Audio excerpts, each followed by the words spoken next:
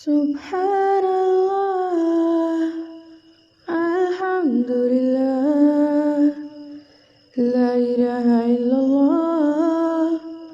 Allahu Akbar. السلام علیکم۔ آج ہم بات کریں گے ریحام خان کی آٹوبایوگرافی کے بارے میں، اور اس کا نام بھی ریحام خان ہی ہے۔ جب یہ بک پبلش ہوئی تو اس کو سوشل میڈیا کے اوپر بہت زیادہ تنقید کا سامنا کرنا پڑا، بہت زیادہ ٹرول کیا گیا ریحام خان کو،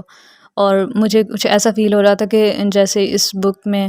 جو بھی کچھ ہے وہ اس کی بنیاد سچائی پر نہیں ہے۔ لیکن اب بک پڑھنے کے بعد مجھے یہ فیل ہو رہا تھا کہ اتنی زیادہ ہارڈ ٹو ڈائجسٹ بک بھی نہیں ہے یہ، اور رائٹنگ سٹائل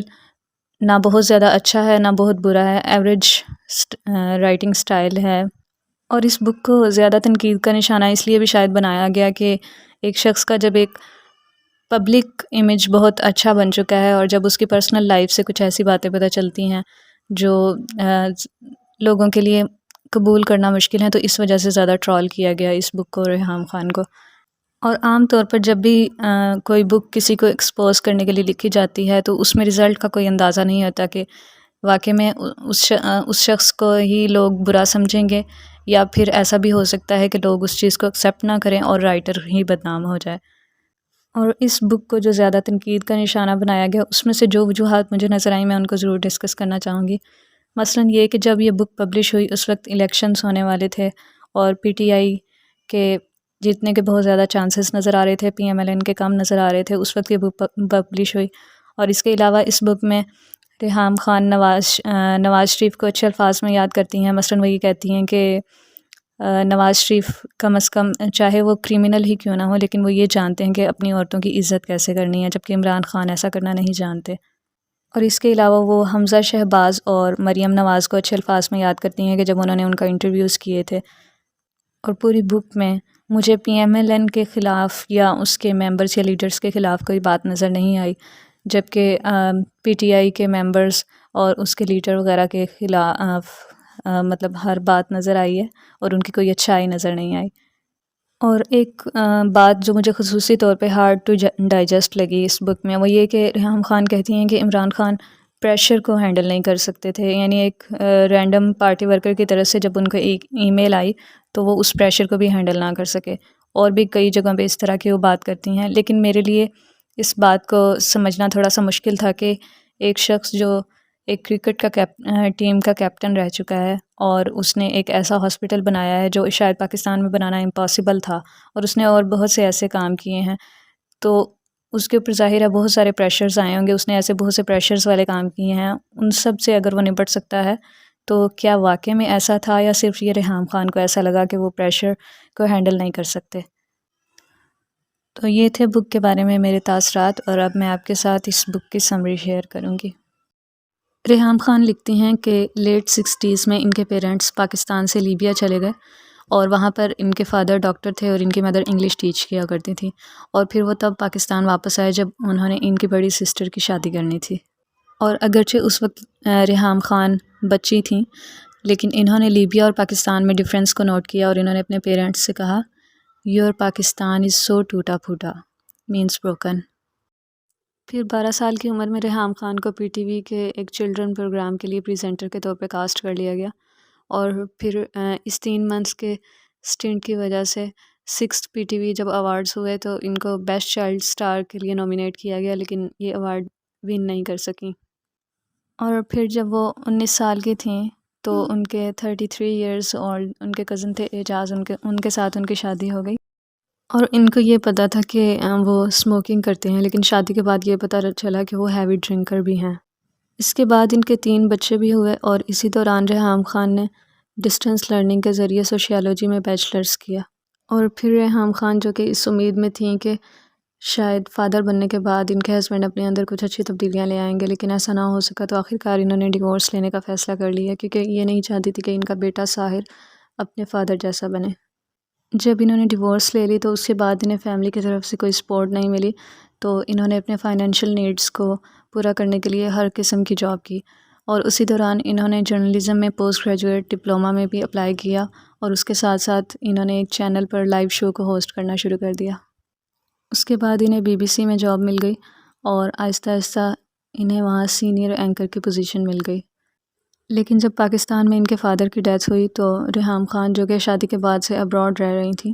وہ واپس پاکستان آ گئیں تاکہ اپنی مدر کے ساتھ ٹائم سپینڈ کر سکیں، اور انہوں نے BBC کی جاب سے ریزائن کر دیا۔ پھر 2014 تک ریحام خان پاکستان میں بھی ایک انفلوئنشل اینکر کے طور پہ پہچانی جانے لگیں، اور PTI یوتھ ان کو بہت زیادہ فالو کر رہی تھی، کیونکہ گراس روٹس لیول پہ ان کے PTI ورکرز کے ساتھ کافی زیادہ کنیکشنز تھے، اور پھر ان کو PTI گیدرنگز اور بریفنگز میں بھی انوائٹ کیا جانے لگا۔ اور ریحام خان عمران خان کے اس سے پہلے 2 انٹرویوز کر چکی تھیں جب ان کو یہ میسج ملا کہ ان کو ایک میٹنگ میں انوائٹ کیا جا رہا ہے، لیکن جب وہ وہاں پہ گئیں تو وہاں کوئی میٹنگ نہیں تھی، اور عمران خان نے ریحام خان کو پرپوز کیا، اور اس کے بعد انہوں نے پرائیویٹلی کچھ لوگوں میں اناؤنس کر دیا کہ وہ ریحام خان سے شادی کریں گے۔ اور پھر 31 اکتوبر 2014 کو عمران خان کے گھر میں سیکرٹلی ان کا نکاح ہو گیا، اور جبکہ اسی دوران اسلام آباد میں عمران خان کا دھرنا بھی جاری تھا۔ تو ریحام خان اپنے گھر سے عمران خان کے گھر بنی گالا میں شفٹ ہو گئیں، اور انہوں نے یہ ڈیسائیڈ کیا کہ وہ دسمبر میں پبلکلی ویڈنگ ریسیپشن ارینج کریں گے، لیکن پھر دسمبر میں APS کا سانحہ ہوا، اور اس وجہ سے انہوں نے ابھی ویڈنگ کو سیکرٹ رکھنا ہی مناسب سمجھا۔ لیکن یہ بات کسی نہ کسی طریقے سے لوگوں کو پتہ چل رہی تھی، اور سب کو یہ فیل ہو رہا تھا کہ بنی گالا میں کوئی شفٹ ہو چکا ہے۔ پھر ایک لڑکی نے بھی ان کی شادی کے بارے میں ٹویٹ کر دیا، اور کچھ نیوز چینلز نے بھی ان کی شادی کو اناؤنس کیا، تو آخرکار 8 جنوری 2015 میں انہوں نے اپنی شادی کو پبلکلی اناؤنس کیا اور ایک فوٹو شوٹ بھی کروایا۔ اور اس کے بعد ریحام خان کو بہت سی مشکلات کا سامنا کرنا پڑا، کیونکہ عمران خان کی فیملی، ان کی سسٹرز، بچوں اور PTI کے ممبرز میں سے بہت سے لوگ ریحام خان کو ایکسیپٹ کرنے کے لیے تیار نہیں تھے۔ اور پھر ریحام خان کو فائنینشیل پرابلمز بھی تھے، کیونکہ ان کو عمران خان کی طرف سے فائنینشیل سپورٹ نہیں تھی، اور ان کے بچے ابراڈ اسٹڈیز کے لیے گئے ہوئے تھے، اور اب وہ کرنٹ افیئرز جرنلسٹ بھی نہیں بن سکتی تھیں، تو انہوں نے ایک ایسا شو ہوسٹ کرنا شروع کیا جس میں مختلف سیلیبریٹیز کو بلا کر انہوں نے ان کی پرسنل لائفز کے متعلق انٹرویوز کرنے شروع کیے۔ اور عمران خان یہ نہیں چاہتے تھے کہ وہ پولیٹکس میں انوالو ہوں، تو اس کے لیے انہوں نے ٹویٹس بھی کیے جن کا مطلب یہ تھا کہ ریحام خان کو PTI ٹکٹ نہیں دیا جائے گا، اور وہ فیوچر PTI ایونٹس میں بھی ان کو بھی اٹینڈ نہیں کریں گی۔ اس کے بعد PTI سوشل سرکلز میں یہ بات پھیلنا شروع ہوگی کہ ریحام خان کے پاس اب کوئی پاور نہیں ہے، اور بہت جلد ان کو ڈیورس ہو جائے گی۔ اور انہوں نے خود عمران خان کو کسی کو یہ کہتے بھی سنا کہ وہ انہیں ڈیورس دینا چاہتے ہیں۔ اس کے بعد انہوں نے عمران خان کی طرف سے کسی لیڈی کو بھیجی گئی ای میلز ریڈ کیں، تو اس کے بعد انہوں نے عمران خان سے ڈیورس کا مطالبہ کیا۔ تو ان کو کہہ دیا گیا کہ یہ خاموشی سے گھر چھوڑ کر جا سکتی ہیں، اور 1 ہفتے کے اندر ڈیورس اناؤنس کر دی جائے گی۔ اس کے بعد نعیم الحق نے ڈیورس کو اناؤنس کیا، اور عمران خان نے ان کے مورل کریکٹر اور کے بارے میں ٹویٹ کیا، اور یہ کہ ڈیورس ان کے لیے کتنا پینفل ٹائم ہے، اور ان کی ویڈنگ اینیورسری کے دن ان کو ڈیورس پیپر سینڈ کر دیے گئے۔ ڈیورس کے بعد ریحام خان 4 منتھس کے لیے ڈپریشن کا شکار ہو گئیں، اور اس کے بعد یہ ترکی چلی گئیں تاکہ اپنا موڈ کچھ چینج کر سکیں۔ پھر انہوں نے پاکستان میں اپنی فلم جانا کے اوپر فوکس کیا، اور جب یہ ریلیز ہوئی تو یہ پاکستان کی پہلی ایسی فلم تھی جو UK میں ٹاپ 10 میں انکلوڈڈ تھی۔ اور ان کے کو پروڈیوسر نے فلم کی پروموشن میں ان کا نیم تو یوز کیا، لیکن پروفٹس ان کے ساتھ شیئر نہیں کیے۔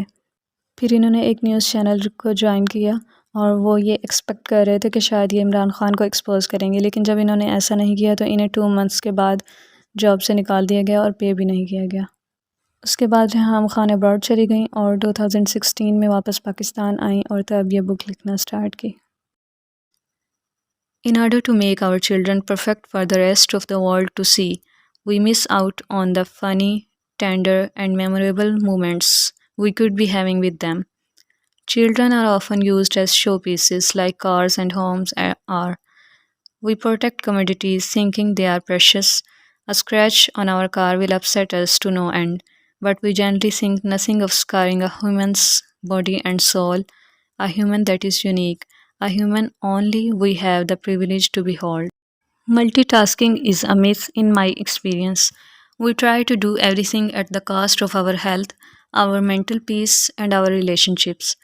Women who work in a corporate setting need to give themselves a break. You cannot be a domestic goddess while handling a stressful 24/7 job. Women who work in high-pressure work environments are constantly putting even more pressure on themselves with the feeling that they are falling behind in areas that they need to excel in to gain social acceptance. That ring on the finger, a man's last name, the babies, the perfectly folded towels in the powder room. These define us when it comes to the perfect woman, not the degrees, the research, or the six-figure salaries, and we make it harder for ourselves both at home and in the workplace. Subhanallah, Alhamdulillah, La ilaha illallah, Allahu Akbar. Subhanallah, Alhamdulillah.